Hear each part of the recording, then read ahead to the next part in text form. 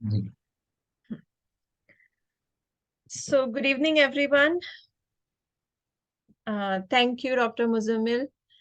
He said that he's always wanted to be a part of Orbit. We really are really happy that you are happy to be a part of Orbit Institute.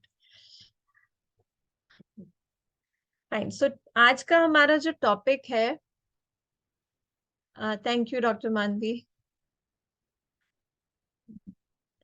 So, I'll start the session today. आज का जो हमारा topic है वो mainly we have focused on.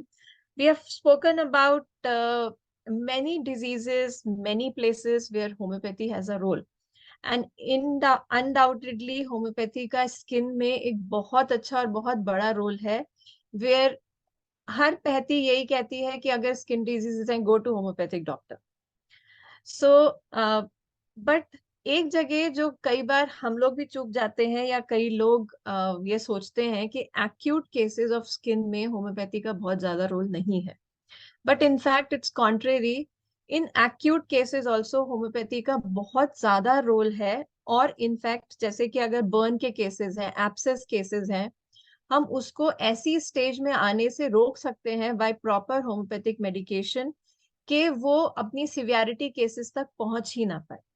Like for example, burn के case में हम लोग हमेशा सुनते हैं, सबसे पहले मेडिसिन जो दिमाग में आती है that is cantharis. No doubt cantharis बहुत अच्छी मेडिसिन है बर्न के लिए, but apart from cantharis there are many other medications which will learn today, जो कि बर्न केसेस में बहुत हेल्पफुल है. कैंथरिस का मेन रोल क्या होता है बर्न के केसेस में, दैट इज कि वो ब्लिस्टर फॉर्मेशन को रोक देती है. नॉर्मली जब भी बर्न हुआ, स्पेशली सेकेंड डिग्री बर्न हुआ, ब्लिस्टर्स आते ही आते हैं. बट अगर हमने प्रॉपर टाइमली हमने कैंथरिस को दे दिया तो बर्निंग और ब्लिस्टर फॉर्मेशन को हम मिनिमल लेवल पे रख सकते हैं. So this has been proven scientifically also. बहुत सारे केसेस ऐसे आते हैं, हमने अपनी कॉलेज की ओपीडी में भी बहुत सारे ऐसे केसेस देखे थे जिनमें एब्सेस और बर्न के केसेस में होम्योपैथी ने बहुत सिग्निफिकेंट रोल प्ले किया है. So today we will mainly concentrate, my topic will be on how homeopathy is helpful in acute cases of skin. तो उसमें सबसे पहले हम बात करते हैं एब्सेस की. अब एब्सेस क्या होता है? Abscess it's a very commonly term used. Abscess basically, abscess का मतलब होता है कहीं भी स्किन में लीजन है और जहां पस फॉर्मेशन एक्यूमुलेटेड हो जाता है, स्पेशली एक क्लोज्ड एरिया में. जब एक क्लोज्ड एरिया में पस फॉर्मेशन एक्यूमुलेशन होता है और साथ में बैक्टीरियल इन्फेक्शन है, that is called as abscess formation. अब एब्सेस फॉर्मेशन की हम बहुत ज्यादा डीप स्टडी ना करते हुए विल कॉन्सेंट्रेट मेनली ऑन कि कौन सी होम्योपैथिक मेडिसिन हम एब्सेस में यूज कर सकते हैं और करनी चाहिए.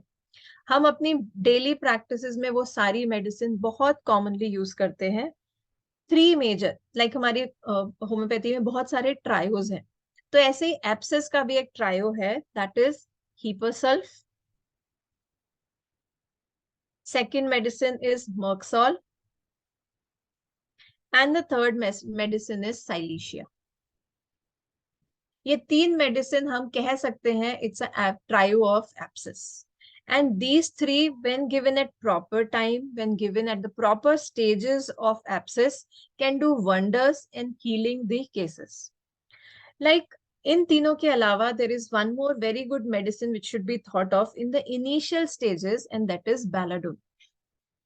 Belladonna in the initial cases, in the initial symptoms में अगर हम देंगे तो before pus formation देना चाहिए इसको, when there is redness, when there is pain, when there is soreness.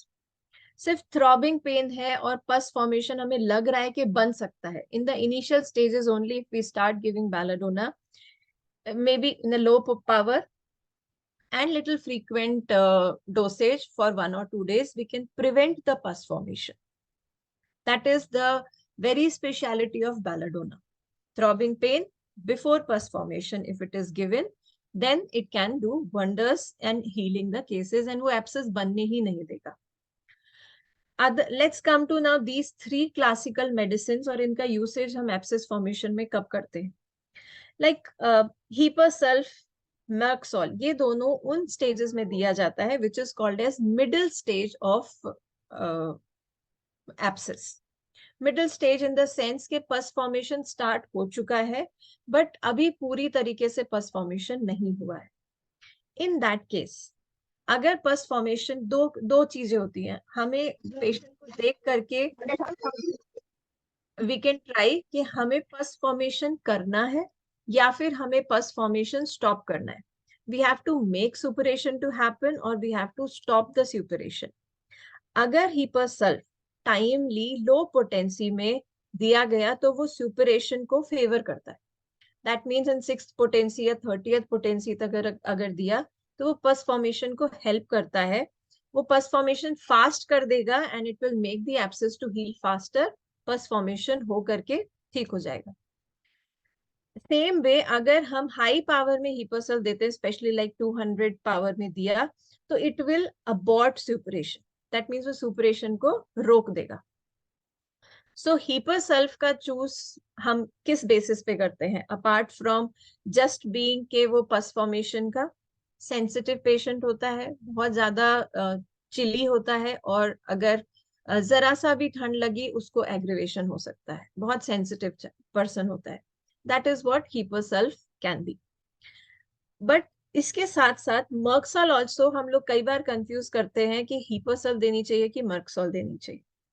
Merxol also have a similar kind of impact as Hipersulf कि वो सही पावर में दिया गया तो पस फॉर्मेशन कर देगा, और अगर सही हायर में दिया गया तो वो पस को अबॉर्ट कर देगा। पर मर्कसॉल का मेन सिम्टम क्या होता है? How do we differentiate between hepar sulph and merc sol? Hepar sulph और मर्कसॉल के जो एब्सेस होते हैं उनमें मेजर डिफरेंसेस क्या होता है कि जो हीपरसल्फ का पस फॉर्मेशन होता है वो बहुत फास्ट होता है। अगर हम इनका डिफरेंस लिखें हीपरसल्फ और मर्कसॉल का, देन इसका पस फॉर्मेशन बहुत फास्ट है, वेयरएज मर्कसॉल का जो पस फॉर्मेशन है that is slow.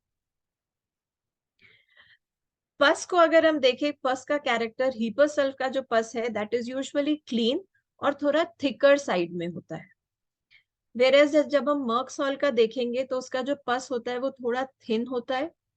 It is acrid, जहां भी लगेगा वो थोड़ा सा बर्निंग सेंसेशन करता है, which is not seen in हीपरसल्फ।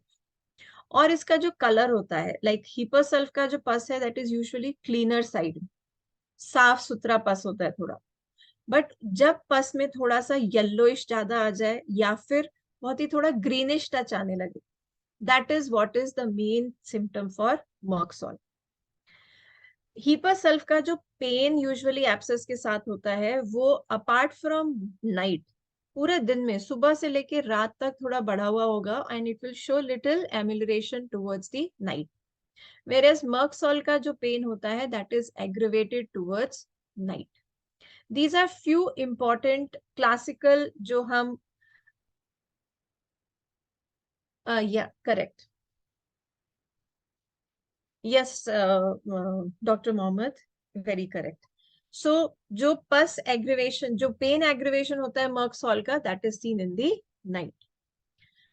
इनके अलावा जो हमारी एक अदर मेडिसिन हम सोचते हैं that is silicea, which is considered as one of the trios of abscess. Silicea usually is given in those cases when the wound refuses to heal. That is what a classical line is written for Silesia. Wound is not healing. It is usually used to treat the completion of the case. मतलब जब हमें कोई case complete करना होता है, हमें treatment finish करना होता है, that is when we sometimes think about Silesia. साइलीशिया अगर कोई पस फॉर्मेशन हो ही नहीं रहा है और बहुत स्लो है, इन that case if साइलीशिया is given, it promotes, it finishes कि थोड़ा सा पस रह गया, थोड़ा थोड़ा रह के निकल रहा है। कई बार पेशेंट ऐसी कंप्लेंट लेके आते हैं। इन that case if साइलीशिया is given, वो पूरे जो डिस्चार्ज है उसको फिनिश कर देगा निकाल के, and it promotes the tissue healing, और वो स्कारिंग को भी मिनिमल रखता है। That is what we want कि हीलिंग भी फास्ट हो और स्कारिंग भी मिनिमल हो। Otherwise what is the complication, अगर एब्सेस में बार बार पस फॉर्मेशन हो रहा है, it can lead to finally scarring होती है, दोबारा से पस फॉर्मेशन होता है, can finally lead to keloid formation, which can be prevented agar silecia is given at a proper time. But there is one very important point to note here, which I read in one of the book, that is Merxol or silecia should never be used together.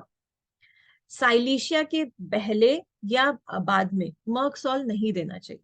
तो अगर हमें किसी और कोई case आता है, अगर Merc sol दिया गया है किसी डॉक्टर ने, we should be very careful in prescribing silicea in that case. So mercs और silicea are not to be given together. अब लास्ट सेशन हमारा जो हुआ था, डॉक्टर दीपक ने बहुत इंटरेस्टिंग बातें नेल के बारे में बताई थी.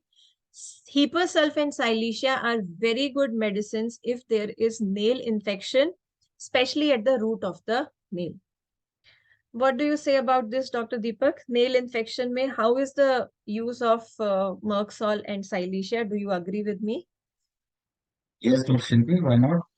देखो, एक्यूट में जो आपने ये चीजें बताई हैं, इसको हम लोग जब पढ़ते थे फर्स्ट ईयर में तो बीएचएमएस की फुल फॉर्म के रूप में जानते थे।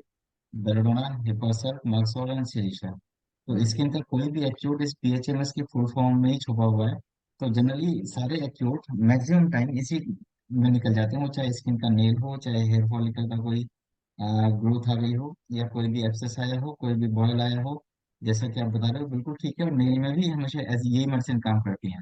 जो नेल की स्पेसिफिक मेडिसिन है वो मैंने लास्ट टाइम लोगों को बताई थी। उसमें हम लोग एक मेडिसिन मिस कर रहे थे, वो थी एसिड फ्लोर। एसिड फ्लोर का जो पेन है वो भी नेल्स के, स्पेशली नेल्स में जब भी कभी एक्यूट पेन होगा, और कभी कभी हमारे पास ऐसी इंजरी लेकर के आते हैं जो मैंने बताया था बिल्कुल कॉर्नर पे हो जाती है नेल्स के, और हम्म एक्यूट इन्फेक्शन है, तो वहाँ पे एसिड फ्लोर जो मेडिसिन है वो भी बहुत बढ़िया काम करती है एक्यूट के अंदर। हम्म. एंड डॉक्टर दीपक, मैं एक और मेडिसिन पढ़ रही थी जब आपने लास्ट टाइम पढ़ाया था नेल का इन्फेक्शन. उसमें I read about calcarea sulph. Ji.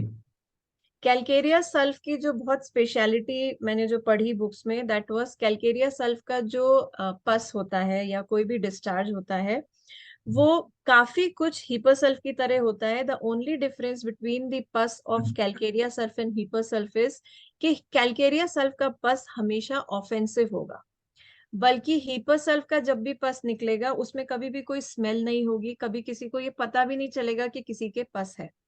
But Calcarea sulph का पेशेंट जैसे ही आपकी ओपीडी में आएगा और अगर पस में स्मेल है, आपको एक पिक्युलर स्मेल आती है, दैट सजेस्ट कि कैलकेरिया सल्फ हम सोच सकते हैं अगर हमें बाकी सारे सिम्टम्स कैलकेरिया सल्फ के मिलते हैं. बिल्कुल ठीक है, क्योंकि हिपर सल्फ जो मेडिसिन आती है वो जनरली एक्यूट्स में आती है। जो करेक्ट. कैलकेरिया सल्फ है, सिलिशिया है, सोलाइनम है, ग्रेफाइटिस है, ये क्रॉनिक केसेस में आती हैं। अगर मान लो किसी भी पस फॉर्मेशन से या किसी भी डिस्चार्ज फॉर्मेशन से आपको स्मेल आ रही है, तो दैट मीन कि ये क्रॉनिक हो गया है। तो इसीलिए हिपर सल्फ यहाँ पे एक्यूट में है, और कैलकेरिया सल्फ, ग्रेफाइटिस, सोलाइनम, ये सब क्रॉनिक केसेस में है। Correct. Thank you. Okay.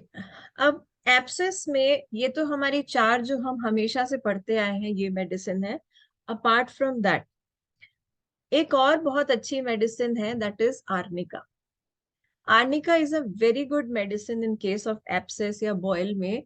Speciality उसकी ये होती है कि जो उसके बॉयल होते हैं, एप्सेस होते हैं, वो बहुत ही धीरे मैच्योर करते हैं.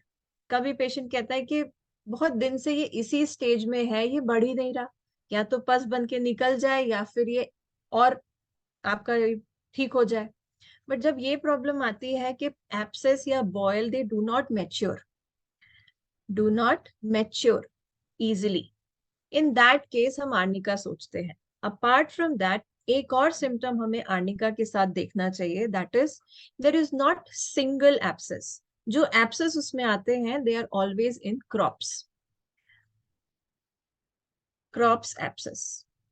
सो हमेशा जो एप्सेस है वो एक बंच में आएंगे, कभी भी सिंगल नहीं आते हैं. हमें सॉलिटेयर एप्सेस नहीं मिलता है आर्निका का. आर्निका में एक तो बहुत ही स्लो मैच्योरिंग होती है, और जो एप्सेस होते हैं वो हमेशा बहुत ही क्रॉप में आते हैं. अपार्ट फ्रॉम दैट कई बार हमें बहुत ही ज्यादा सिमेट्रिकल मिलते हैं, कि जैसे दोनों हाथ पे एक जगह एप्सेस है, दोनों पैर में एक जगह एप्सेस है. So there is a symmetrical arrangement of abscess. अगर ये तीन सिम्टम हमें मिल जाए तो first medicine to be thought of is arnica. Apart from that arnica के जो एब्सेस होते हैं, they have a very peculiar purplish colour. Arnica के जो एब्सेस हैं, they will never be very clean. हमें रेडनेस नहीं मिलेगी या हमें स्किन कलर नहीं मिलेगा, हमें उनमें थोड़ा सा पर्पलिश टिंच मिलता है। So these four things can make us think about arnica. और अगर हमारे जो डिस्चार्ज हो रहा है, कई बार होता है कि डिस्चार्ज निकले जा रहा है और काफी दिन से डिस्चार्ज है, हमें साइलीशिया से कोई फर्क नहीं पड़ा, अगर हमारा जो डिस्चार्ज है that is sticky in nature, अगर स्टिकी डिस्चार्ज है, तो हम 3 medicine, that is called as trio of sticky discharge, तो हम कौन सी 3 मेडिसिन सोच सकते हैं? एक हमने अभी पढ़ी, calcarea sulph, apart from that hepar sulph, and then graphites. These are the 3 trios of sticky discharge. This is, अगर हम ये 5-6 मेडिसिन को ध्यान में रखें तो एनी टाइप ऑफ एब्सेस हम बहुत इजीली क्योर कर सकते हैं। So this is about abscess. Now we will go to burn. Burn में how homeopathy can be helpful. Before that, let me check. I think there are few messages in the chat box. Let me see what are they. Any other doubts related to abscess? कोई और आपने cases ठीक किए हो abscess के किसी और ने, and which medicine you have used? I'll be very happy to hear it. Anal fistula with continuous pus yellow color formation alternate with blood. No burning, no pain in a 30-year-old. Okay, is it a case or I thought you are telling me that some medicine was used, Dr. Mohammed? Is it some case which you have?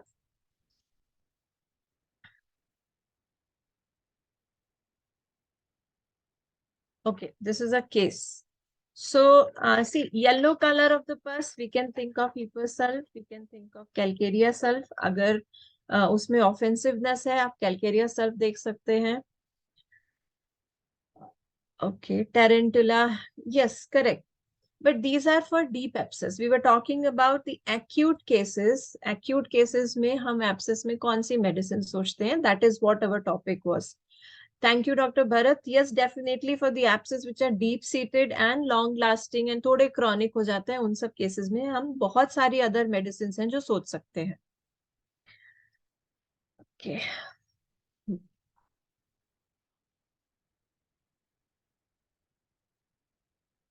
Anything else anyone has to ask? Fine. Now let's move on to our topic of burn.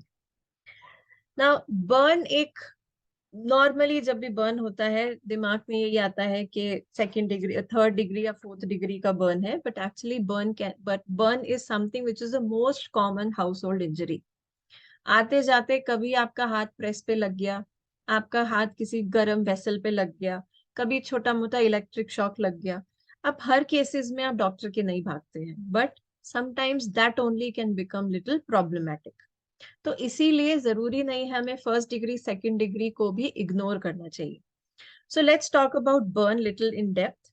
So burn क्या है? Burn is something in which there is a severe skin damage which is usually causing the cell death, और बाहर से जो ज्यादा heat आती है because of excess heat which our skin is not able to bear, that is the one which causes burn.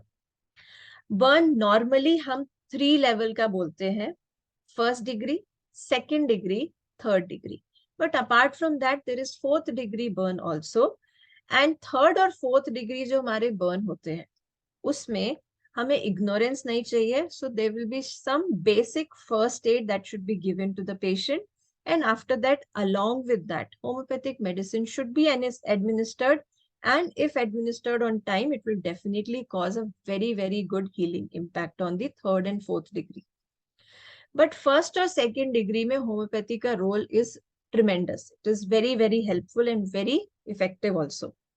Now what is 1st degree burn? 1st degree that is non blistered burn. Redness होगी skin में, pain होगा, pain भी बहुत deep sea, बहुत ज्यादा painful नहीं होता है. There is dryness of the skin and थोड़ा पीलिंग स्टार्ट हो जाती है, but there is very very minimal skin damage. और जो burn है that is mainly superficial, वो हमारे बहुत deep नहीं गया है. Even हमारा जो blister है वो भी formation नहीं होता. That is first degree. So first degree burn में हमारी मेडिसिन, अगर बर्निंग बहुत ज्यादा है तो डेफिनेटली कैंथरिस हम यूज कर सकते हैं. Apart from that we can use arnica, we can use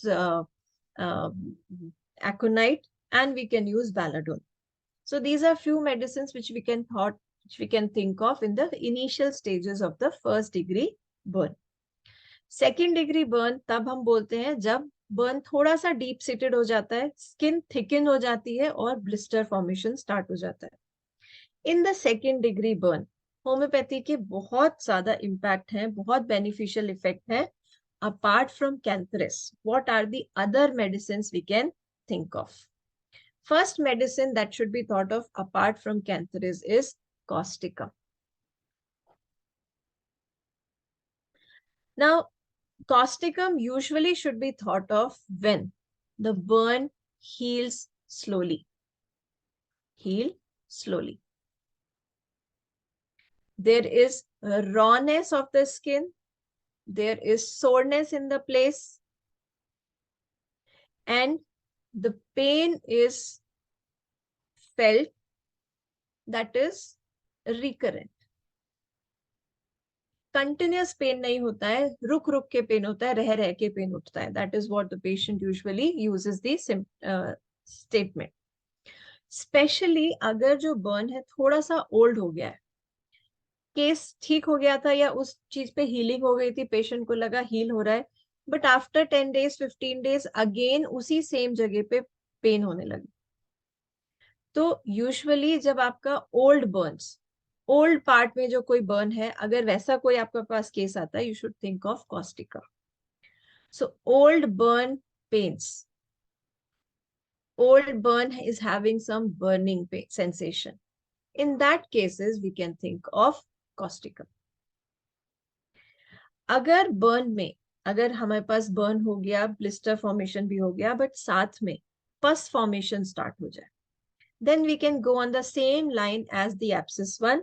We can think of Hepasulf and Calcarea sulf. Same, Hepasulf के जो suppuration होते हैं, they are like thin pus will be there, and they thick pus will be there, sorry, thick pus, और जो burning होगा उसके साथ एक pricking pain होता है. And Calcarea sulf का हमेशा जो pus होता है, that is offensive and acrid. This is how we can differentiate between Hepasulf and Calcarea sulf. But जब भी burn के साथ हमारे blister में सिर्फ पानी ना हो करके या जो discharge होता है वो ना हो करके, if it converts into little pus formation, then we can think of Hepasulf and Calcarea sulf.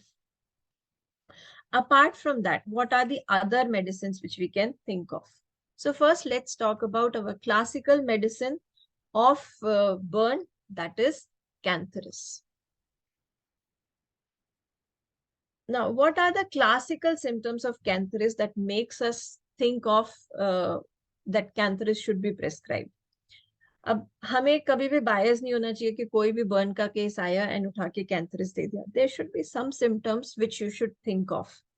So first is, along with the other classical symptoms of burn, like classical symptoms क्या होते हैं? Redness होगी, blister formation होगा, inflammation होगा, acute pain होगा, stinking और smarting pain होगा. ये सब क्लासिकल सिम्टम्स हैं बर्न के. अपार्ट फ्रॉम दैट, अगर बहुत ज्यादा सिवियर रेस्टलेसनेस है, then first medicine to be thought of is cantharis. Though there are restlessness की और मेडिसिन भी हैं लाइक रस्टॉक्स, एकोनाइट, बट हम कैंथरिस सोचते हैं because it is having other classical symptoms of the burn also. अब जो रेस्टलेसनेस है उसका क्या कैरेक्टरिस्टिक होता है इन कैंथरिस? इन कैंथरिस रेस्टलेसनेस का एक पिक्यूलियर सिम्टम है कि पेशेंट को बहुत ही स्ट्रेंज आइडियाज आते हैं रिलेटेड टू उसके बर्न पॉइंट के. वो हमेशा उसके दिमाग में उसका बर्निंग एरिया ही रहता है कि मुझे यहाँ बर्न हो गया, अब मेरा ये जो डीप सीटेड चला जाएगा, अब इसमें गैंग्रीन फॉर्मेशन हो जाएगा, मुझे हाथ कटाना पड़ेगा. वो इतनी सिवियरिटी ऑफ थॉट्स में चला जाता है, और वो जब थॉट इतने डीप सीटेड और सिवियर होते हैं, इट लीड्स टू रेस्टलेसनेस. तो जो उसकी रेस्टलेसनेस होती है वो एक बहुत सिवियरिटी और उसको बहुत ही वियर्ड स्ट्रेंज आइडियाज देती. सो ये एक बहुत ही गाइडिंग सिम्टम होता है कैंसरस का, कि पेशेंट अगर हमारे पास ये लेके आए कि डॉक्टर साहब मेरे को तो ये लग रहा है कि मैं मर ही जाऊंगा, ये देखिए ये ऐसा हो गया है, बल्कि हमें दिख रहा है कि it's not very deep seated, but the patient उसको इतना एग्जैजरेट करके बताएगा कि हमें लगेगा कि पेशेंट को कुछ ज्यादा ही हो गया. तो this is one very important thing that we should not miss in finding whether cancerous is required or not.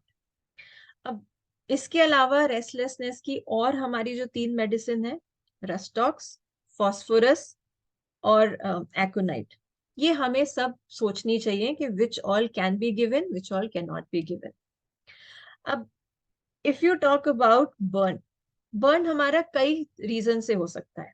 Burn हमारा फायर से हो सकता है, बर्न हमारा स्टीम से हो सकता है, बर्न इलेक्ट्रिक शॉक से, इलेक्ट्रिक करंट से हो सकता है, burn can be because of something hot metal से हो सकता है, या किसी भी हॉट चीज को हमने पकड़ लिया, या फिर it can be sun burn also, या it can be because of radiation, like x ray का एक्सपोजर हो गया, कोई और रेडिएशन का एक्सपोजर हुआ, उससे बर्न हुआ.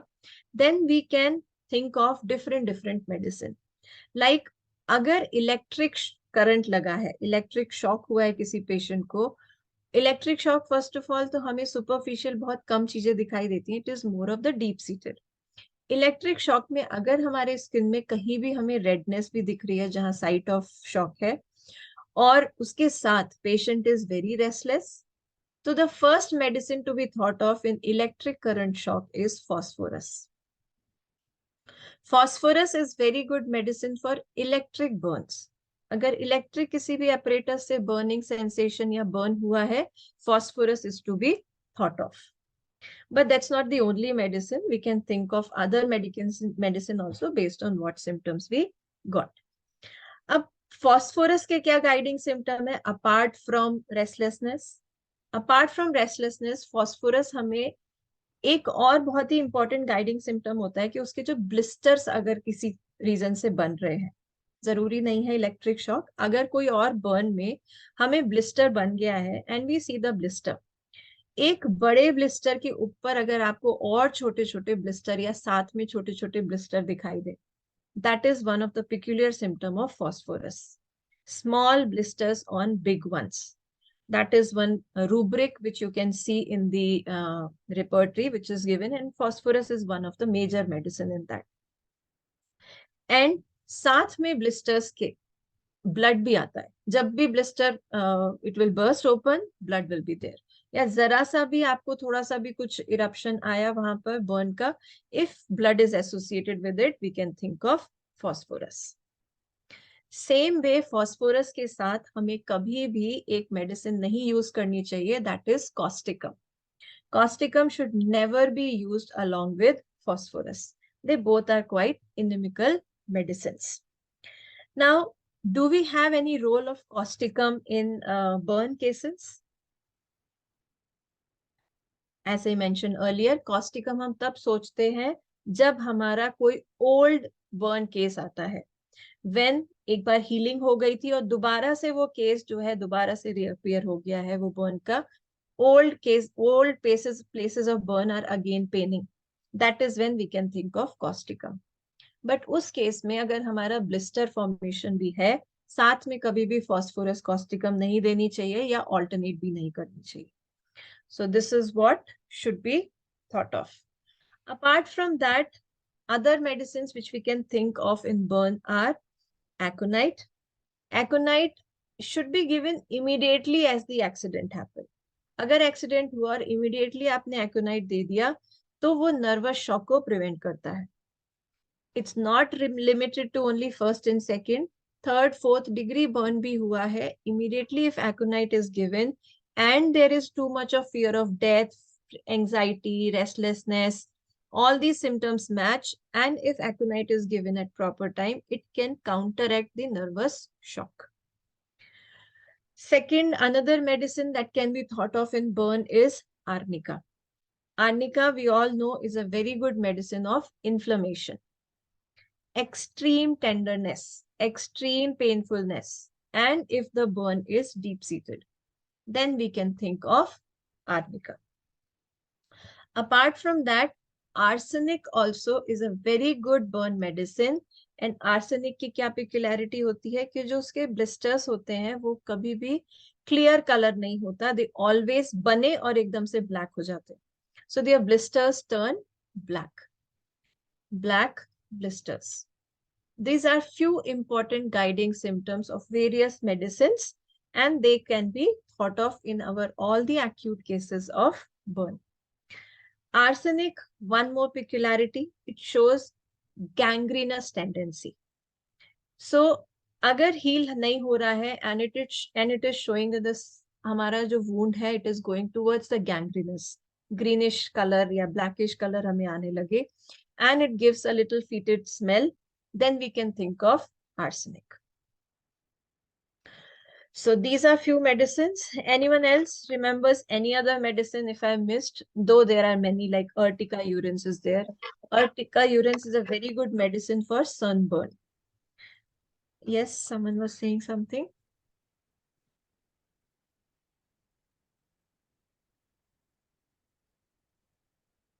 Okay, and about the topical applications of these medications, always remember, as Dr. Henneman has said in his book, that the medicine which is given internally can be used externally. We should not give two separate medicines.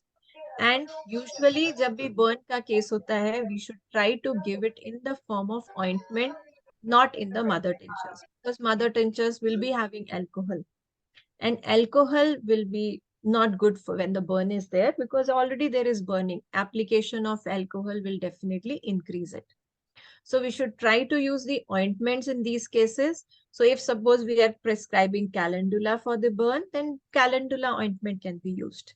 Same way, if we are using the hypericum, then we can use both of them externally and internally as well.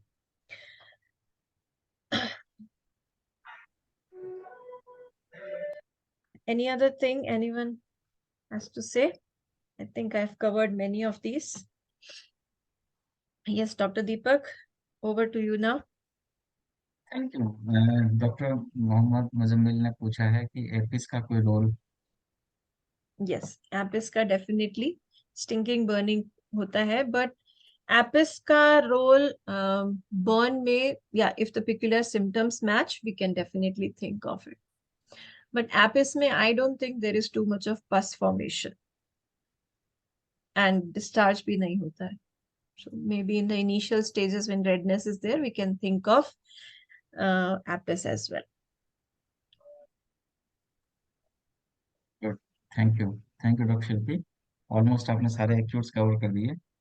जैसा कि आप सब लोगों को मालूम है कि जो आज हमारा ये लेक्चर है, ये सेकंड लास्ट लेक्चर है। इसके बाद हम 27 को वाइंड अप कर रहे हैं, और 27 को आपके क्वेश्चन एंड आंसर्स होंगे सारे जो भी कोर्स के दौरान है, और जो भी डॉक्टर शिल्पी ने काम किया है वो आप सब लोगों को बता देंगे बाद में। तो मैं चाहता हूँ कि जब हम स्किन के ऊपर बात कर रहे हैं, तो ऐसी कुछ गलतियां जो हम लोग स्किन में करते आ रहे हैं, मैं अपने एक्सपीरियंस या जो भी मैंने अभी तक पढ़ा है, मैं आप सब लोगों से साझा करूँ, क्योंकि ये हमारा हमेशा थॉट रहा है कि हम प्रैक्टिकल नॉलेज दें instead of the theoretical knowledge, क्योंकि थ्योरी तो सब लोग पढ़ते हैं, सब लोग पास हो करते हैं।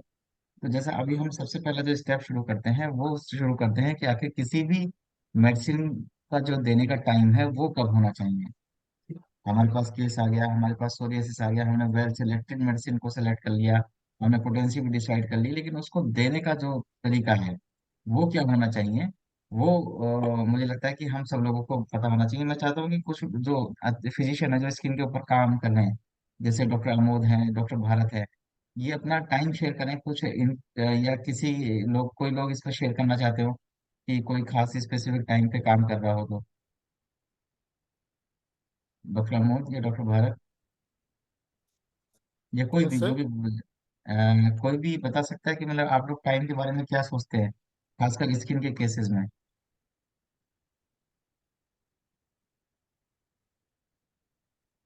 मतलब आपने वेल सिलेक्टेड मेडिसिन ली, उसी पोटेंसी को डिसाइड कर ली, लेकिन दे नहीं कर रहे हैं। ये सबसे मेजर फैक्टर है स्किन के केसेस में। चलो मैं शुरू करता हूँ। देखिए, सबसे पहले तो आप किसी भी केस के अंदर सबसे पहले हम लोग जो मोडेलिटीज पूछते हैं उसमें एग्रेवेशन टाइम पूछते हैं कि एग्रेवेशन क्या है। कि मान लो सपोज अभी हम लोग एक केस डिस्कशन कर रहे हैं, तो उसमें जो टाइम है वो दोपहर का 2 बजे का है।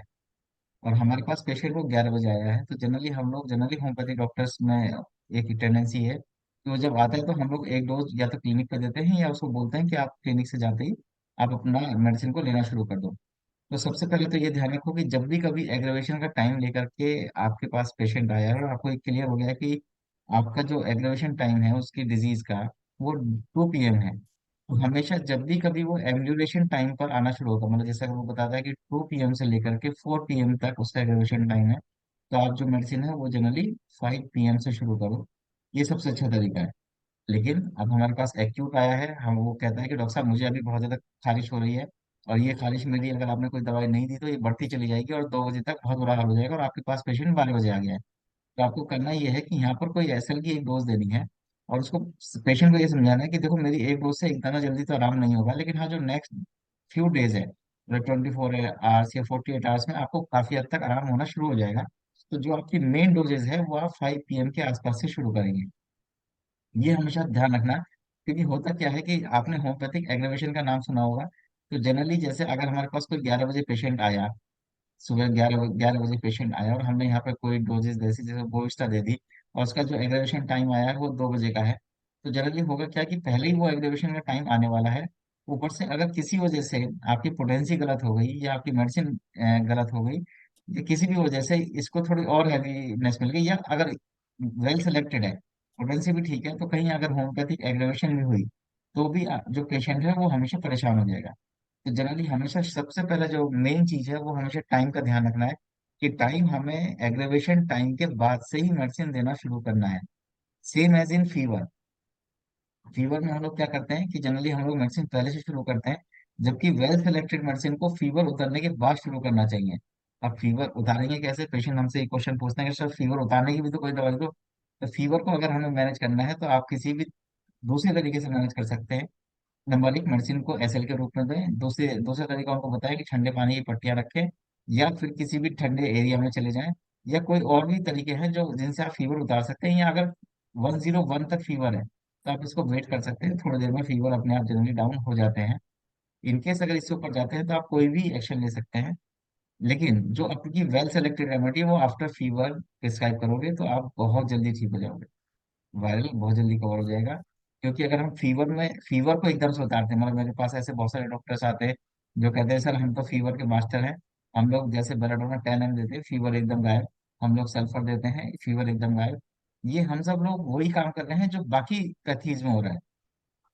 हमें फीवर को कभी भी एकदम से सप्रेस नहीं करना है, हमें तो वो इन्फेक्शन दूर भगानी है जिसकी वजह से फीवर आया है। Same as in skin. Skin में भी हमेशा सबसे ज्यादा इंपॉर्टेंट जो है वो आपकी मेडिसिन का टाइम है, कि आप मेडिसिन को कब दे रहे हैं। तो हमेशा ध्यान रखें जब भी मेडिसिन का एग्रेवेशन जो उसकी डिजीज का एग्रेवेशन टाइम है उसके बाद ही मेडिसिन शुरू करेंगे, तो अगले 24 आवर के अंदर बहुत रिलीफ आने के चांसेस रहेंगे, और पेशेंट जो है वो भी अच्छा फील करेगा। रिस्पेक्टेड होम पे, हाँ सर, डॉक्टर मोहम्मद सर, आज मैं वही कर रहा हूँ, आपके साथ वो एक्सपीरियंस ही शेयर कर रहा हूँ। तो ये पहला फैक्टर है टाइम का। जैसे अगर मान लो हमारे पास कोई ऐसा क्रोनिक केस आया सोरियासिस का जो बहुत ज्यादा पुराना है, मतलब वो कहता है कि 20 इयर्स उसकी सोरियासिस को हो गए, तो हमें सबसे पहले वेल सेलेक्टेड रेमेडी कोशिश करनी चाहिए कि मॉर्निंग से शुरू करो, अगर मॉर्निंग में एग्रेवेशन नहीं है तब। होगा क्या कि जनरली कभी हम हमारी मेडिसिन के जो भी इम्पैक्ट आते हैं वो हमें 24 से लेकर के 48 घंटे में वेल सेलेक्टेड रेमेडी के रिजल्ट्स पता लग जाते हैं। एक अच्छे होम्योपैथ को ये पता लग जाता है कि हमारी मेडिसिन किस डायरेक्शन में जा रही है। तो इसी 24 से 48 घंटे का पता लगाने के लिए हमें सबसे पहले मेडिसिन मॉर्निंग में देनी चाहिए। इसका फायदा ये होता है कि नंबर एक तो मेडिसिन को काम करने का मौका मिलता है, और किसी भी टाइप की अगर मेडिसिनल एग्रेवेशन होती है तो वो शाम तक या रात तक आपसे कांटेक्ट कर सकता है। अगर रात हो गई तो जनरली कभी कभी लोग फोन नहीं कर पाते या हम फोन नहीं उठा पाते, तो कहीं ऐसा ना हो कि रात में कोई दिक्कत आए। और रात की सबसे बड़ी खराब बात यह भी है कि यहाँ पे जितने भी हार्मोन्स के लेवल है वो सारे डाउन हो जाते हैं, तो आपकी मेडिसिन को एक्ट करने का जो टाइम है वो जनरली नहीं मिलेगा। तो वेल सेलेक्टेड रेमेडीज को हमेशा मॉर्निंग से शुरू करना चाहिए। वो चाहे आप इवनिंग तक खत्म कर सकते हो, और अगर आप सिंगल डोज देना चाहते हो तो मॉर्निंग में एक डोज दे करके आप वेट कर सकते हो। तो ये टाइम का एक सबसे बड़ा फैक्टर था जो मैं आज शेयर करना चाह रहा हूँ आप सब लोगों के साथ। इसमें अगर किसी को भी लगे कि कोई किसी का अपना एक्सपीरियंस है या मेरे उसमें कोई थ्योरीज में कोई गलती है तो जरूर हमें बताएं।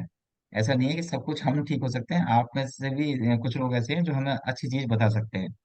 दूसरा, अभी जब एक्यूट की बात हो रही थी, तो एक्यूट में हम लोग कभी कभी ऐसा सोचते हैं कि क्रॉनिक मेडिसिन या डीप एक्टिंग मेडिसिन काम नहीं करेंगी। मैं आपको बता दूं कि ट्यूबरकुलिनम और बेसिलिनम ये भी एक्यूट के लिए बहुत अच्छी मेडिसिन है, खासकर स्किन के केस में। लेकिन इनको डिफरेंस कैसे करोगे? अगर ट्यूबरकुलिनम की बात करेंगे, यहाँ पे मैं ट्यूबरकुलिनम लिखता हूँ और ये बेसिलिनम है। ट्यूबरकुलिनम आप सब लोगों को पता है कि ये चिली मेडिसिन है, और बेसिलिनम जो है वो हॉट मेडिसिन है। ठीक है। लेकिन ट्यूबरकुलिनम और बेसिलिनम में बेसिक फर्क क्या है स्किन को लेकर के, कि ट्यूबरकुलिनम के जितने भी स्पॉट्स होंगे, वो जब एक्यूट स्पॉट में आएगा तो हमेशा ज्यादातर जॉइंट्स पे लेकर के आएगा। कभी कभी आपने देखा होगा कि एल्बो के ऊपर या किसी फिंगर के जॉइंट के ऊपर, जनरली जो केसेस आएंगे वो जॉइंट के ऊपर लेकर के आएंगे। जबकि जो बेसिलिनम के जो स्किन के इरप्शन है वो इन बिटवीन द जॉइंट्स या ज्यादातर मसल्स पे लेकर के आएंगे। दूसरा जो सबसे मेजर फैक्टर है वो ये है कि जो बेसिलिनम का इरप्शन होगा वो बिल्कुल रिंग वर्म टाइप का होगा, और ये वेसल्स को रिप्रेजेंट करेगा। एक वेसल्स स्प्लिट हो रहा होगा, मतलब उसके सराउंडिंग आपको रेडनेस या ब्लूनेस या ऐसा कुछ दिखेगा कि कुछ ना कुछ वेन्स का जो है कुछ तागा लगा हुआ है। जबकि ट्यूबरकुलिनम में स्ट्रक्चर्स होंगे, इसके ऊपर कोई भी वेनस प्लेथोरा नहीं होगा, ये क्रॉनिक होगा, और अंदर की तरफ इसमें मार्जिन्स होंगी।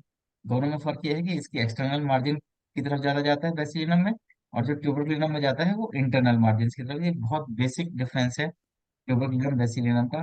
दोनों ही मेडिसिन आप 30 पोटेंसी में रिपीटेडली रिपीट कर सकते हैं। जनरली बहुत सारे लोग कहते हैं कि 900 पे रिपीट नहीं करना चाहिए, ऐसा नहीं है।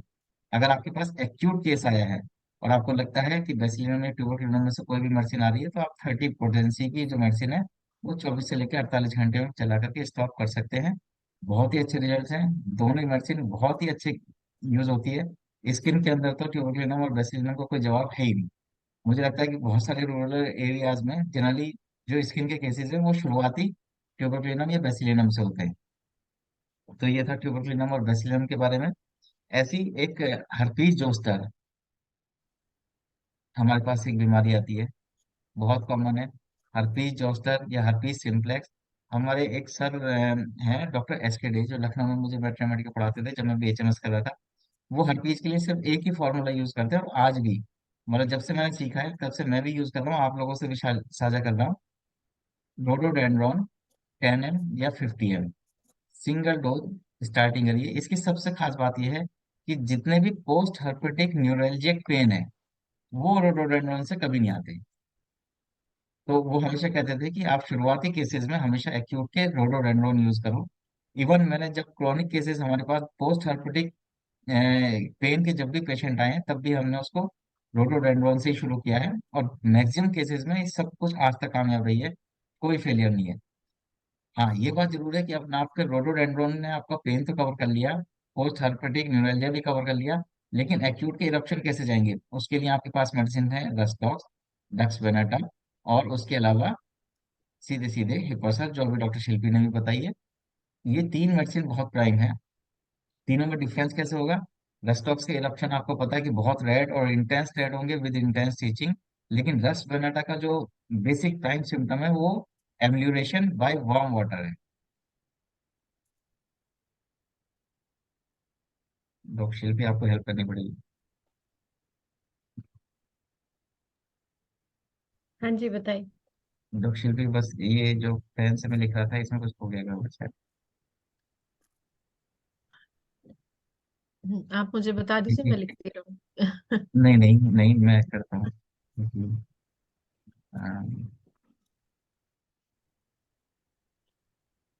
इसमें कोई पेन मेरे से क्लिक हो गया बस, बटन ना। आप उसमें जाइए, एनोटोट पे जाइए। ऊपर जो आपके कैप्शन आते हैं ना, व्यू ऑप्शंस में जाइए। View options.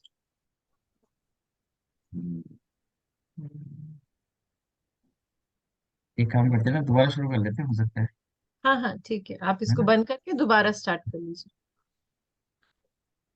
हम्म। हाँ, हो गया। हम्म।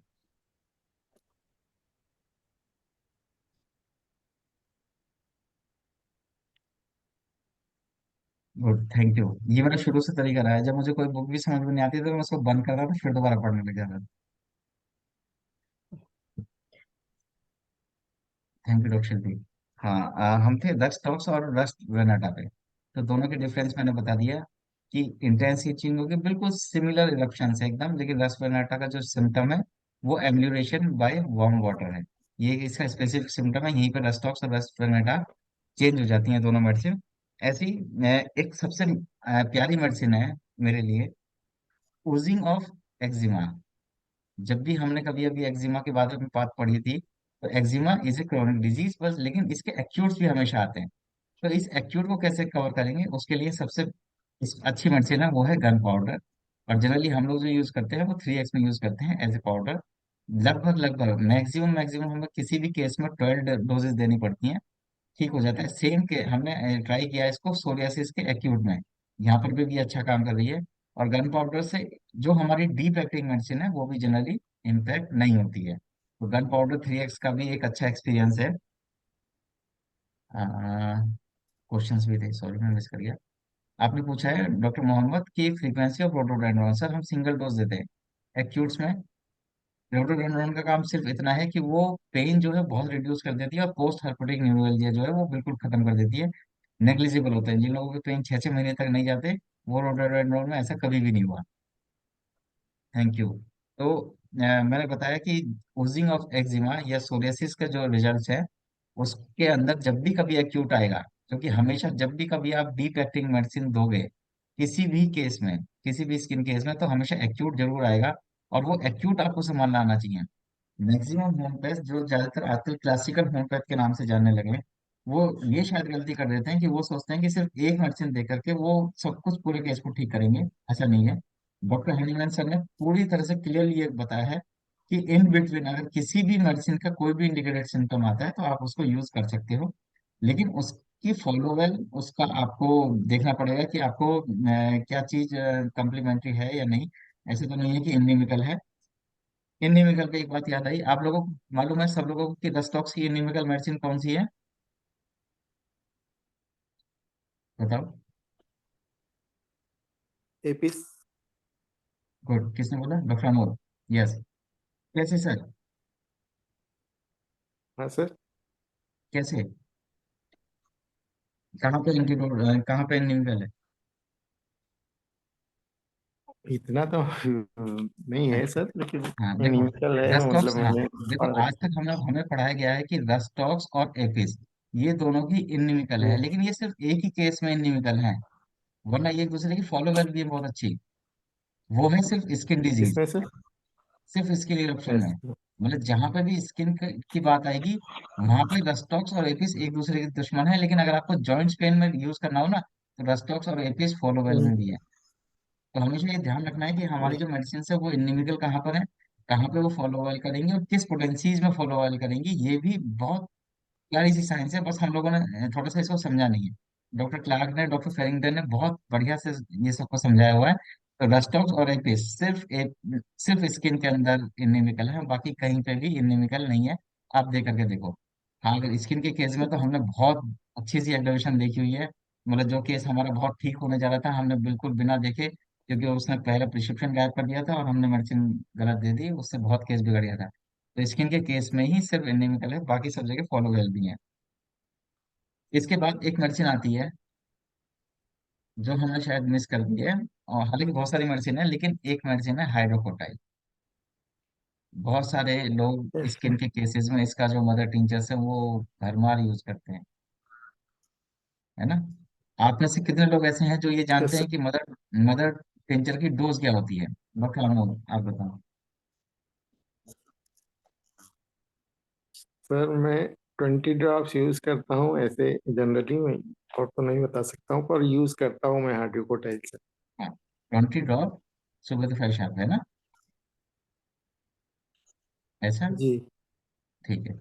और कोई डॉक्टर प्रवृत्ति आप बताना चाहेंगे? एक करता हूँ। मैं सिलेक्टेड लोगों से सिर्फ इसलिए पूछ रहा हूँ क्योंकि बाकी मेरे स्टूडेंट हैं, उनको तो सबको पता ही है। डॉक्टर मीनू, आप बताएंगे?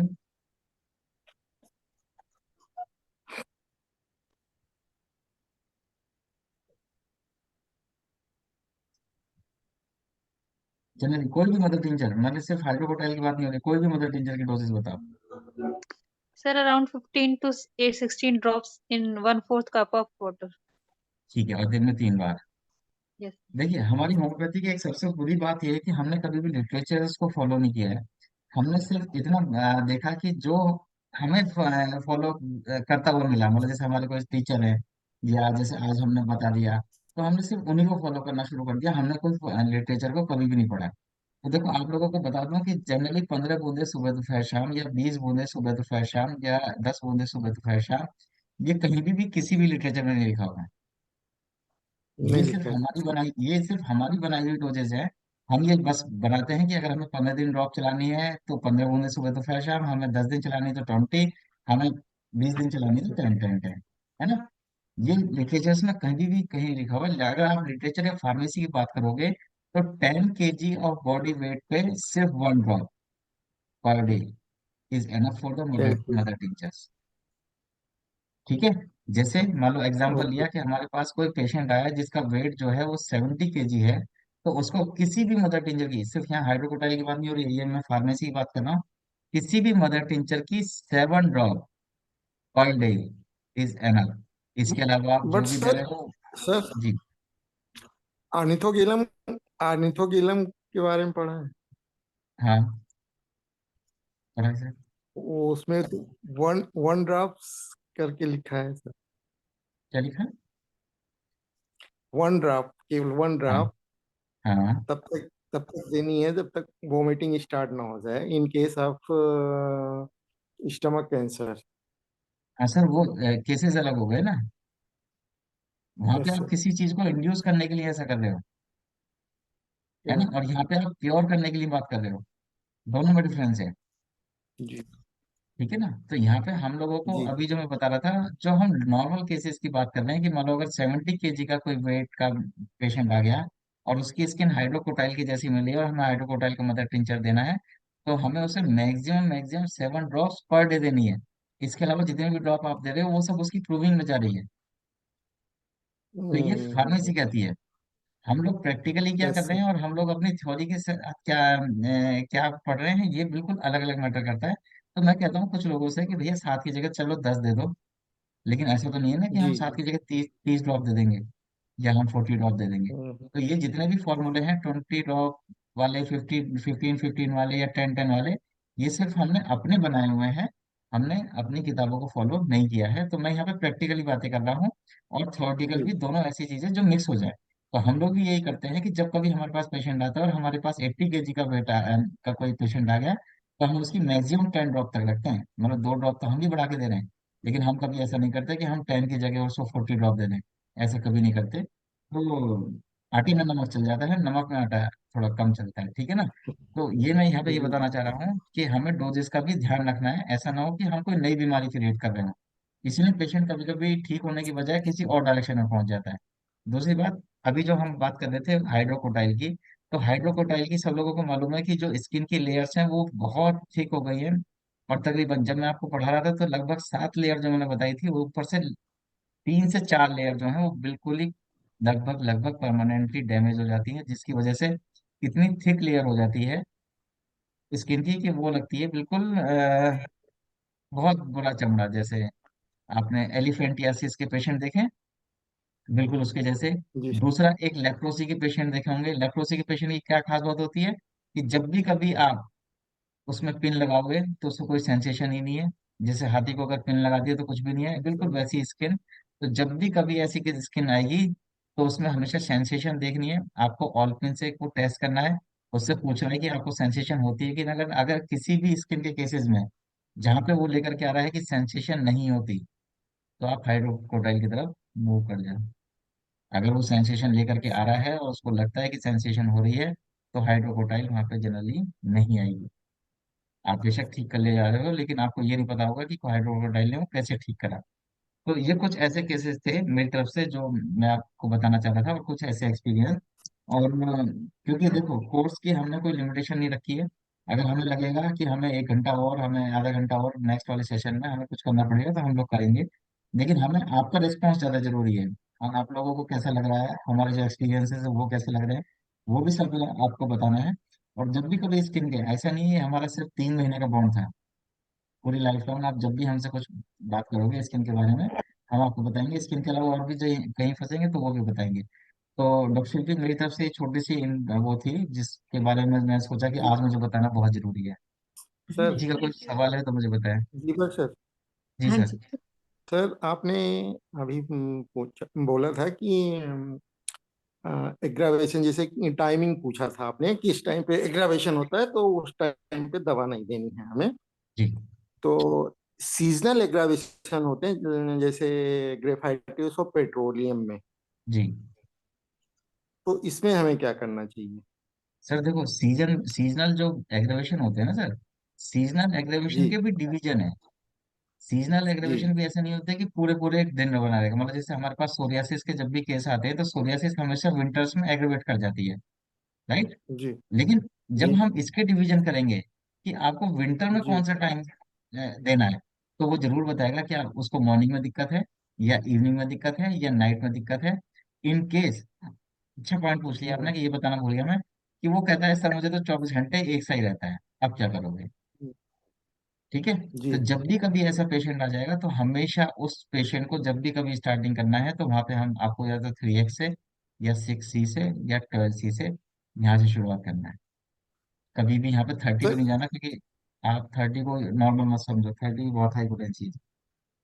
जी जी हाँ, जी क्या सर, पूछ रहे थे। मैं पूछ रहा था कि जैसे मेरे पास जब पेशेंट आते हैं तो मेरी टेक्निक जो है, मैं पूछता हूँ कि किस सीजन में आपको एग्रावेशन मिलता है हम्म या कब बढ़ता है, हम्म एक्जिमा है या सोराइसिस है। तो हम्म मोस्टली किसी को ठंडक में रहता है, किसी हम्म बरसात या गर्मी में रहता है। हम्म तो हम उस हिसाब से पेट्रोलियम या ग्रेफाइटिस को देखते हैं। हम्म। तो वो उस समय दें या ना दें, कब दें, ये मेरा कहना देखो, मैंने कहा ना कि अगर आपको रिलीफ तो देना ही है आप, क्योंकि आपके पास विंटर में ही पेशेंट आया है सोरियासिस का, और वो भी जब आया है। है जब यस वो ऑलरेडी एग्रीवेशन के टाइम में था। तो सर। आपको जो भी जी मेडिसिन शुरू करनी है, मान लो जैसे पेट्रोलियम में आ गई, पेट्रोलियम जब भी शुरू जी करेंगे तो उसको 3x, 6c या 12c से यस। शुरू करना। ठीक है। दूसरी बात, जब आपको ये हम्म कंफर्म हो जाए कि आपको विंटर में ही एग्रीवेशन हो रहा है, ठीक है, तो हम्म, आपको एक साल जी तो केस चलेगा। अब विंटर तो नेक्स्ट नवंबर में जी दोबारा आएंगे। उससे हम्म, पहले पहले ही आप अगस्त से ही उसको हाई पोटेंसी पेट्रोलियम के दे करके रखना, देखना इस विंटर में एग्रेवेशन नहीं आएगी। ये फॉर्मूलेज हैं बस। यस ये सर। जनरली कोई नहीं बताते। करता ये करता हूँ ऐसे। सर एक चीज और, एंथ्रासिनम के हैं। बारे में मेरा सर एक देखो, हाँ, एक्सपीरियंस है एंथ्रासिनम के बारे कार्बंकल में पे। मेरा यार बहुत थोड़ा बैड एक्सपीरियंस रहा। मतलब मैंने एंथ्रासिनम को बहुत अच्छे से यूज करा, और मैंने सेंट जॉर्ज की एक पोटेंसी मंगाई हुई है इसकी, और हमने 30 मंगाई थी। लेकिन मेरे जितने भी पेशेंटों को मैंने एंथ्रासिनम, या तो मैं उनके सिम्टम मैच नहीं कर पाया एंथ्रासिनम से, या वो एंथ्रासिनम 30 हैवी हो गई, क्योंकि इसके अलावा कोई और पोटेंसी मेरे पास है नहीं। तो उससे हमेशा मुझे जनरली एग्रेवेशन मिला। इसके अलावा मुझे किसी ना किसी कॉन्स्टिट्यूशनल मेडिसिन पे ही जाना पड़ा, मुझे सिंपली एंथ्रासिनम से कभी भी मतलब आराम नहीं मिला, कभी भी नहीं मिला एक भी केस में। नहीं हो सर, सकता है मैंने शायद छह एंथ्रासिनम सात केस में। होने में अच्छा काम करती है। इन कार्बंकल्स के केस में मैंने यूज किया है और हाँ, बहुत अच्छा काम नहीं डॉक्टर साहब, देखो वही मैं कह रहा हूँ ना कि सबके अपने अपने एक्सपीरियंस है। जैसे गन पाउडर है। मैंने एक डॉक्टर को बता दी, उसने यूज करी, लेकिन उसको कुछ सूट नहीं करी, लेकिन मेरे लिए गन पाउडर बहुत अच्छी है। ऐसी एंथ्रासिनम हो सकता है कि मैं इस पे ये, क्योंकि मैंने सिर्फ 6 या 7 केसेस में दी है, तो 6 या 7 केसेस जो होते हैं वो स्टडी का पार्ट नहीं होते। मतलब हो सकता है ना, मैंने कहा ना कि मेरी गलती हो, तो मैंने एंथ्रासिनम इस बार या तो 6 में या फिर मैं 200 में मंगा करके यूज करता हूँ। देखता हूँ कि उससे क्या रिजल्ट आते हैं। जी आपकी तरफ से कौन सी पोटेंसी सजेस्ट है एंथ्रासिनम की। एंथ्रासिनम सर मैंने होने में यूज किया है अभी तक, और हमेशा ही होने ही देता हूँ, तो और रिजल्ट मिलता है ये सर। अभी जैसे डॉक्टर भारत ने बताया है एंथ्रासिनम 10 mg सिंगल डोज इन डीप सीटेड एब्सेस। गुड। तो देखो, आज मुझे ये नया एक्सपीरियंस मिल गया कि मैं अभी तक जो एंथ्रासिनम यूज करता रहा हूँ वो सिर्फ 30 में यूज करता आ रहा हूँ। तो फिर मैं इसको 1 m और 10 m मंगा करके देखता हूँ, और जरूर यूज करके देखूंगा। थैंक यू यार इस बात पे। मैं यही सोचता हूँ कि एंथ्रासिनम क्यों नहीं काम कर रही है जबकि इसका मैच कर रहे हैं। Sir sir sir excuse sir, जी फीवर वाली बात आप कर रहे थे, उस जिस टाइम पे एग्जामिनेशन होता है उस समय मैंने, अब एक्यूट केस में आया है कोई हमारे पास, तुरंत पेशेंट आया है जी जी। और कह रहा है कि सर अब लग रहा है कि फीवर आ जाएगा, हम्म। और कुछ सिम्टम देते हैं, तो फ्रिक्वेंटली यूज करने पे ऐसा है कि ठीक हो जाते हैं पेशेंट। नहीं, दोनों कोई चीजों में फर्क है। अगर वो ये कहता है कि फीवर आ जाएगा, जी तब आप मेडिसिन दे सकते हो, लेकिन अगर फीवर आया हुआ है तो मेडिसिन देने से हाँ, बचना। जी देखो सर। फीवर में हमारे पास फिर पेशेंट आ गया, मान लो जैसे मेरे पास टेम्परेचर लेकर के आया है वो 101, तो मैं हम्म। इसका फीवर तो उतार दूंगा, क्योंकि मेरे पास बेलाडोना भी है, मेरे पास सिपर्सल भी है, मेरे पास सल्फर भी है, मेरे पास एकोनाइट भी, मेरे पास मेडिसिन तो बहुत है। लेकिन इस ये जो फीवर ठीक होगा ना फिर, ये फिर पूरी तरह से ठीक नहीं होगा। ये आपको जरूर कोई ना कोई चीजें कॉम्प्लिकेट करके जाएगा। इन केस अगर आपने फीवर के बाद मेडिसिन दी है, तो वो जो फीवर ठीक होगा ना, वो बहुत जल्दी और बहुत पीसफुल मैनर में ठीक हो जाएगा। जी sir. Sir excuse me, sir आपने जी। कहा स्किन में टाइमिंग में मॉर्निंग में मेडिसिन देने के लिए कहा है ना सर? हाँ जी। सर लेकिन कहीं मैंने पढ़ा है सर सल्फर को हमें नाइट में देना चाहिए, हाँ मैंने भी सुना है, मैं देता भी हूँ। है ना सर? मतलब अगर हम सल्फर यूज कर रहे हैं तो उसको नाइट में दे सकते हैं। जैसे आपने कहा मॉर्निंग में देंगे तो हमें टाइम मिल जाएगा कि हाँ पेशेंट्स के जो सिम्टम्स हैं वो एग्रेवेट हो रहे हैं या एमलियोरेट हो जी। रहे हैं, जो भी दिक्कत जी। आ रही है। जी। सर तो सल्फर को हम रात को ही यूज करें ना? हाँ कर सकते हैं, लेकिन जब भी आप कभी रात को यूज करेंगे तो आप उसके लिए कॉन्फिडेंट होने चाहिए। ओके। क्योंकि मेरे पास सल्फर मैंने दी है, मैंने एप्लीकेशन बहुत सारे में दिए, लेकिन मेरे पास फिर रात को 2-3 बजे फोन भी आए। तो या तो हमें उस फोन को अटेंड करने की कैपेबिलिटी होनी चाहिए, और हमें उस एक्यूट को मैनेज करने की कैपेबिलिटी होनी चाहिए। तो जनरली कभी कभी क्या होता है कि एक्यूट में ऐसा हो जाता है। इसके लिए भी मैंने एक अच्छा तरीका ये जो निकाला है अपनी प्रैक्टिस के अंदर, मैं क्या करता हूँ कि मैं उसको बेड टाइम लेने से मना कर देता हूँ। मैं उसको बोलता हूँ कि आप जब भी लो तो 7-8 बजे के आसपास ले लो, ताकि आपके पास 2 से 3 घंटे का एक विंडो पीरियड मिल जाए और आप बिल्कुल ठीक फील करो। देखिए मैं आपको बता रहा हूँ कि कॉन्स्टिट्यूशनल मेडिसिन जब भी हमें देनी है, वो हमें जब भी देनी है जब हमारी फिजियोलॉजी जो है वो सबसे हायर फेज में हो। और सबसे हायर फेजेस में कब होती है? मॉर्निंग। मॉर्निंग के 2 बजे।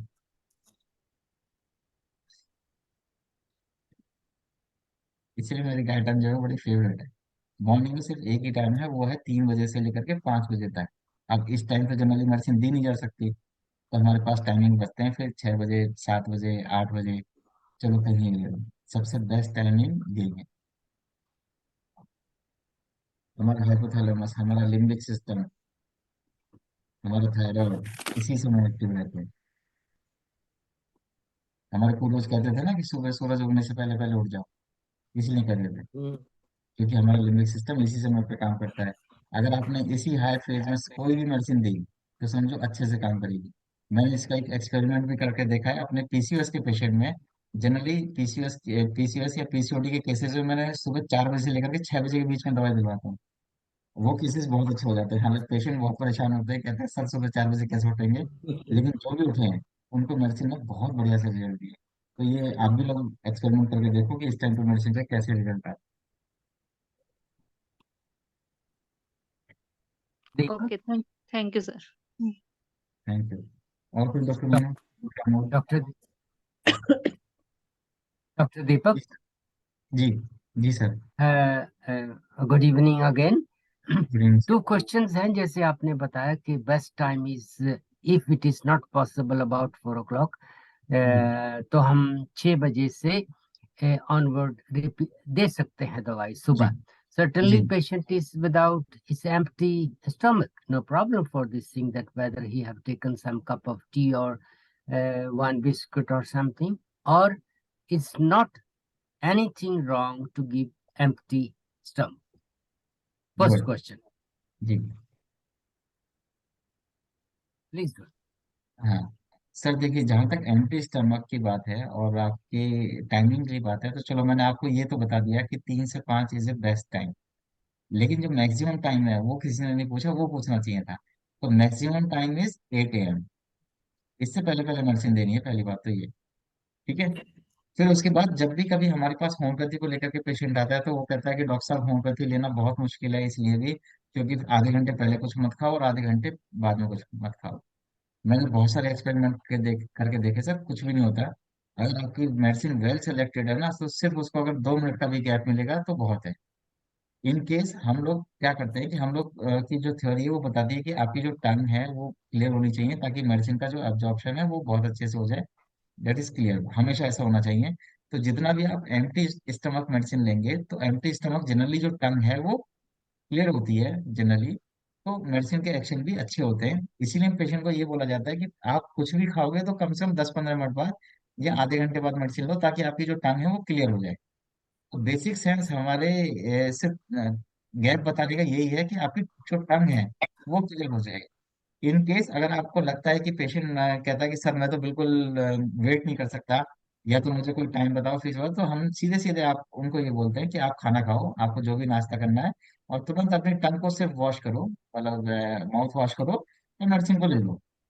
That's it. मेडिसिन तब भी असर करेगी।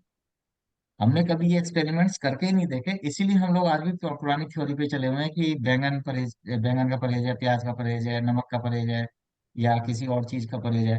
तो हमने सब कुछ ट्राई करके देखा, हर चीज ट्राई करके देखी हमने। चाय के साथ भी हमने दवाई दे के देखी है, हमने प्याज के साथ भी दवाई दे करके देखी है। मेडिसिन अगर वेल सिलेक्टेड है तो काम करेगी, 100% काम करेगी sir. Okay, okay. There is something I remember that Dr. Sankaran was telling that his father, P. Sankaran, was telling that he always used this garlic during to insist the thing to see the difference, not garlic or garlic, to be given or not to be given. He told he insisted to give the garlic at that time, but the medicine worked if it was selected. Anyway, that was a just thing to mention about that. Second question is that if nux vomica, normally told by the books or by the teachers that it is good to give in the evening time because it works better. If hmm. it's midnight, 3 o'clock is the aggravation time of nux vomica, then what we do it? Either we give it early or we should give after 5 in the morning, 5 o'clock. Sir, we should always give after the time of aggravation. I already told you, if Yeah, the yeah. aggravation time is 3 a.m., then forget about the 3 a.m. for the next vomica. You just go at the 5 a.m. That's it. Oh, all right, all right. Another thing, just for practical thing, that was a patient was treated for legs eruption for about 6 months.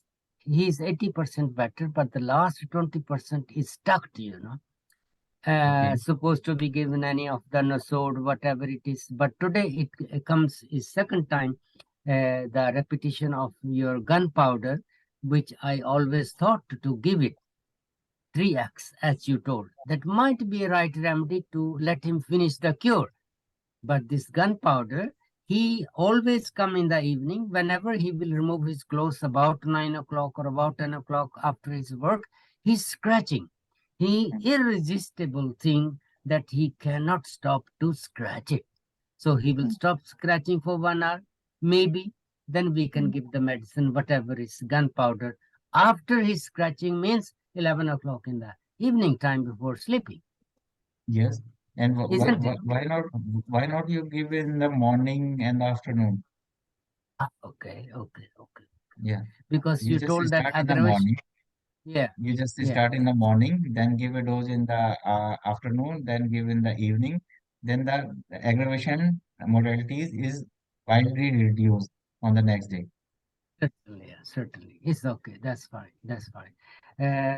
This was the question. And I have another question, but we will be doing in the next time when will be the last session. It's a pity that it will be last session because this interesting thing that this our sessions with skin, it was rarely to find so interesting as you did it, and especially the last this session today written on the board brought me back for many years when teachers were writing on the blackboard. It's fantastic. Thank you very Yes. much, both of you, today, that you were writing in bringing me in that time of about many years ago. Thank you very much Thank to you, sir. be Thank a you. still Thank you. student of your academy. Thank you. Thank you, sir. Thank you so much. Yes. Anyone else?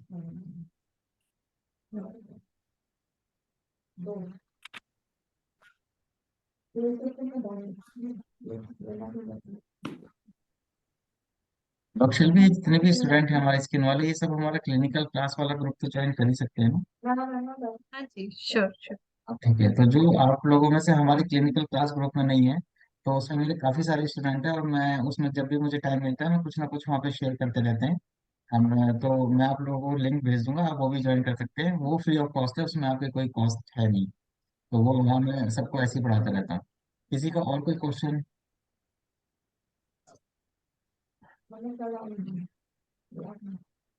Okay, before ending the session today, मैं मेरी एक request है आज जितने भी लोग यहाँ present हैं कि एज यू ऑल, हमारा नेक्स्ट सेशन लास्ट सेशन होगा for our present skin course. उसके आगे हम और कोर्सेज करेंगे जिसकी इंफॉर्मेशन आपको हम रेगुलरली देते रहेंगे। तो दो चीजें हैं। फर्स्ट ऑफ ऑल, अगर आप लोगों की तरफ से कोई ऐसा टॉपिक है जिसपे आप चाहते हैं कि हम अपना नेक्स्ट कोर्स करें, जिसमें आप लोग इंटरेस्टेड हो, सो प्लीज आप हमें वो टॉपिक्स बताइए so that we can plan accordingly. May be not the next one, आगे आने वाले जो भी कोर्सेज होंगे उसमें we can consider that as one of the topics. मेरा जो रिक्वेस्ट है आप सबसे, that is one of the primary thing. आप लोग प्लीज हमें एक फीडबैक दें कि आप लोगों को इस कोर्स से में क्या पॉजिटिव लगा और क्या नेगेटिव लगा। नेगेटिव इन द सेंस कि क्या आपको लगता है कि ये होता तो और ज्यादा आप लोगों के लिए होता, so that that will help us in improvising for the next coming courses. हाँ, इसके लिए हम लोग डॉक्टर शिल्पी, मुझे लगता है हमने गूगल फॉर्म हम लोग उस दिन भी सेंड करेंगे, जो लास्ट दिन होगा ना, नहीं, तो मैं चाह रही थी पहले ही हो उसमें जाए भी। सो दैट कोई हाँ, बात है वी कैन डिस्कस इट बिल्कुल इन। बिल्कुल। तो अगर आप कहते हैं तो मैं उस गूगल फॉर्म को शेयर कर देता हूँ। या फिर कोई अगर रिटर्न में हमें व्हाट्सएप पे भी बताना चाहे तो हमें व्हाट्सएप पे बता दे, कोई दिक्कत नहीं। आपको पर्सनली बताना चाहे पर्सनली बता दे, मुझे बता दे, किसी को भी जिसको भी अच्छा लगे बता सकते हैं। हाँ, आप पर्सनली हमें मैसेज भी कर सकते हैं। कोई भी चीज प्लीज हमें बताइएगा, और please I request everyone to participate in this, कि एक पॉजिटिव चीज जो आपको लगी प्रोग्राम की, सो दैट हम अपने सारे लेक्चरर्स को भेज सकते हैं, that should keep them motivated और हमें भी मोटिवेटेड रखे। एंड सेकेंड इज कि एक ड्रॉबैक बताएं या जो जिससे हम अपने आप को थोड़ा सा बेटर कर पाए। And that is what is a request from my side. और प्लीज अपने टॉपिक्स बताइएगा सो दैट हम नेक्स्ट कोर्स उस हिसाब से प्लान कर। वैसे हमने टॉपिक्स ऑलरेडी डिसाइड कर रखे हैं, बट अगर आप लोग की तरफ से आएगा तो it will be helping us improvise, या हम उन प्रेजेंट कोर्सेज में और उसको ऐड कर सकते हैं। इसके अलावा हमारे कुछ छोटे छोटे वन डे कोर्सेज या कुछ वैसे कोर्सेज भी चलेंगे आगे आने वाले। हर मंथ में हम कुछ ना कुछ कोर्स करते रहेंगे apart from these 3 month courses. आप लोगों को जो भी कोई ऐसे टॉपिक्स चाहिए हो या जिस पे आप डिस्कस करना चाहें, we definitely will run a course on that.